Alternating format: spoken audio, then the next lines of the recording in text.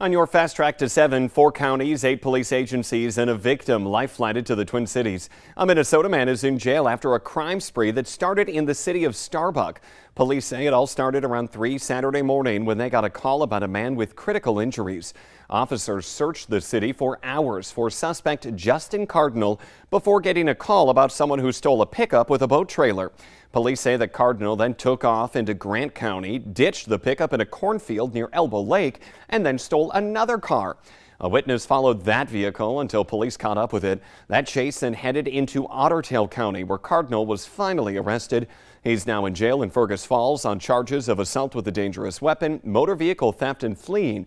The victim is being treated at a Hennepin County Medical Center. The State Bureau of Criminal Apprehension is now assisting with that investigation. Carrington, North Dakota Police Chief Brandon Sola will be laid to rest today at Fargo National Veterans Cemetery. A law enforcement escort will bring his body from Minot to Fargo. The ceremony is at 11 this morning. Sola was a North Dakota Air National Guard sergeant who died 2 weeks ago in a motorcycle crash. He was 36 years old. Sola was born in Mayville, raised in Mapleton, and graduated from West Fargo High School. He worked for the North Dakota Highway Patrol before taking the job as the Carrington police chief. We are taking a live look this morning right now at that popular shortcut between the lakes. You see the Highway 10 east-west sign right there. You also see those orange barrels up on there. Now, drivers east of Moorhead will see some traffic delays there over the next several weeks. That's Highway 336, where it meets up with Highway 10 near Glendon. Road construction starts there today. People driving that stretch will run into lane closures and traffic delays now through about mid-August. Crews are repairing the concrete there in both directions.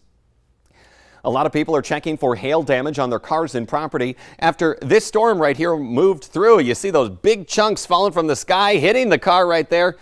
They didn't have time to make it into the garage. Now, that hail was about quarter size from the storm yesterday afternoon. This video here from Frazee, Minnesota. We also heard from people in Fargo, Moorhead, Horace, Little Cormorant Lake, and Osage. Hail looked to be about pea size in the FM metro, larger in different parts as the storm moved through. And a check of our forecast for this morning. Meteorologist Lisa Green is in. Thankfully, no hail right now, Lisa. Yes, quieter for most of us here in the valley this morning. You can see some departing clouds as we look off to the east and the sun shining above them here in Fargo.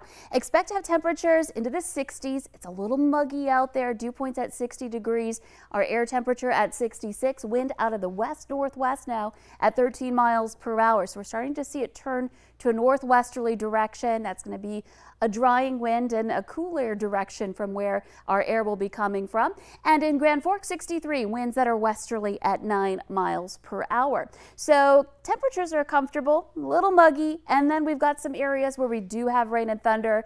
You could see over to the east, we've got thunderstorms stretching from Becker County up through the Bemidji area, through the Red Lake region and up toward Baudette. So we'll be tracking these out for you this morning. They are not severe. And a quick look at your planner. We can expect temperatures to range in the 70s to around 80 degrees today, but watch out for that wind. We'll see winds out of the northwest gusting into the 30s. So another breezy one on this Monday. All right, stay alert for that. Lisa, thank you this morning. President Joe Biden says he is considering declaring a public health emergency to free up federal resources to promote abortion access, even though the White House has said that it doesn't seem like a great option. After last month's Supreme Court ruling to reverse Roe v. Wade, protesters across the nation continue to rally as more states move to ban or restrict abortions. The president is conferring with aides about whether he has the authority to declare a health emergency and what that impact would be. No arrest yet after a fight in downtown Fargo from over the weekend that left one person with a facial injury. Officers responded to a report of an assault near Broadway and Main Avenue around 2 yesterday morning. They say 2 groups were involved in a fight there. One person lost consciousness. Another has a broken nose. 3 suspects then left the scene before officers arrived. No word this morning on what led up to that fight. And just a few blocks away, another person was hurt during a fight with a bar employee. Police say a drunk customer left the VFW with a drink and was then approached by an employee who tried to take the drink away. Officers say that the person started fighting and then ended up injured. No word, though, on the extent of those injuries. State troopers who were helping city police patrol the streets of Minneapolis did not waste much time cracking down on violators there. The State Patrol assigned 20 additional troopers and air patrol resources there over the weekend.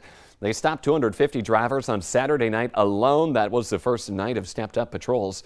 52 people were cited for driving without a valid license. 20 people were arrested, 11 of them for DWI. Others were ticketed for racing on Hennepin Avenue and on the highway. The Department of Public Safety is helping Minneapolis PD, which right now has a serious staffing shortage. Friends and community members are rallying around a West Fargo man who is preparing for a major life-changing surgery next week. Dan Duda is battling stage 3 cancer. He first noticed that something was wrong late last year when he was having trouble swallowing. Doctors then found a tumor at the base of his esophagus. A fundraiser over the weekend raised $20,000 to help that father of 2 young children. It should help offset the medical costs and the traveling to get the care that he needs. Seeing the community, and family and friends, and just random businesses even donating things, it's just been overwhelming, honestly. For more information on how you can help, you can find this story on our VNL News app. Sanford Health is hosting a pair of sports physical clinics this week to make sure that student athletes are ready for the upcoming sports season. The clinics are tomorrow and Thursday, 3:30 to 6:30. That's at the South University Clinic.